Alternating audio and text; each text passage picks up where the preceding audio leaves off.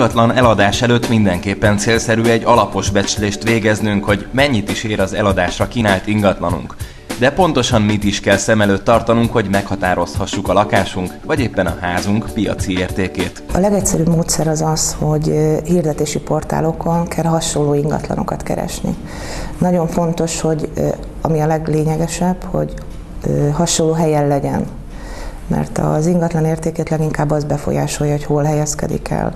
Ugyanazon a lakótelepen, ugyanazon a városrészen legyen, és akkor ott kell megnézni az ingatlanok átlagárát. Nem szabad azt figyelembe venni, amit nagyon sokszor tapasztalunk, hogy nekem ennyi kell. Tehát ez sajnos senkit nem érdekel, mindenképp az adott piaci szegmensben kell megnézni az ingatlanok árát, amennyiért kínálják a többi eladó. Az elhelyezkedés mellett az is fontos, hogy milyen idős és milyen állapotú ingatlanról van szó.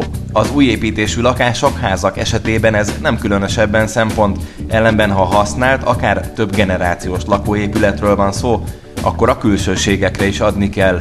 Kérdés itt is, hogy az ingatlan állapota vajon mennyit nyom alatba. Természetesen befolyásolja, de sajnos a jelen piacon mindenképpen az ár az, amivel lehet az ingatlanok eladását meggyorsítani. Amennyiben pontos és szakszerű értékbecslést szeretnénk készíteni, érdemes szakemberhez fordulni. A felmérés nem tart sokáig, az előzetes felkészülés után az értékbecslő a helyszínen tekinti meg az ingatlanunkat, pontos méréseket végez és dokumentál. Minden apró az árat befolyásoló tényezőt figyelembe vesz, és ezek után születik meg a hivatalos dokumentum, amely tartalmazza a piaci értéket is.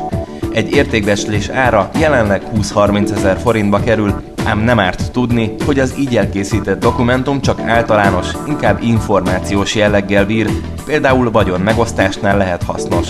Banki hitelfelvételhez azonban nem használható, azt is megtudhatják, hogy miért nem. Amit biztos, hogy nem lehet figyelembe venni, a nagyon különleges felújítások. Azt a mai piac abszolút nem veszi figyelembe, nem lehet érvényesíteni a felújítás teljes összegét az árban, tehát hiába sokkal jobb az én lakásom, annyival többet nem ér. Tehát ha hitelt szeretnénk felvenni, akkor a bank saját szempontjait figyelembe véve készíteti el az értékbecslést, ami jelentősen eltérhet a hagyományos értékmeghatározásra szolgáló értékbecsléstől.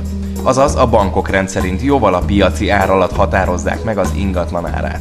A bankoknak hitelbiztosi értékre van szükségük. Tudjuk, hogy a bankok a hitelezés miatt szeretnék tudni, hogy a fedezetül felajánlott ingatlannak mi az értéke, amit bizonyos szempontok alapján vizsgál az értékbecslő.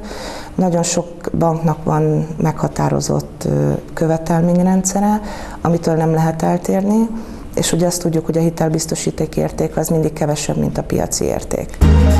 Fontos azt tudni, hogy egy szakszerűen elkészített értékbecslés sem örökérvényű, csupán egy pillanatnyi állapotot tükröz. Általában 3 hónap az érvényesség ideje, viszont amikor nagyon mozog a piac, akkor előfordulhat, hogy még az is sok. A szakember által végzett értékbecslés sem 100%-ig pontos, így bizonyos esetekben akár 2 értékbecslő is 2 különböző árat határozhat meg. Hivatalosan is létezik az, hogy 5-10% eltérés lehet, pont azért, mert becslés. Minél nagyobb céghez célszerű menni, mert az értékbecslők is bizonyos területen dolgoznak inkább, és minél jobban ismeri azt az adott területet az értékbecslő, annál pontosabban tud becsülni, hiszen azért is értékbecslő, mert ő sem fog tudni pontos összeget mondani, hogy mennyi az ingatlan értéke, csak egy becsült összeget.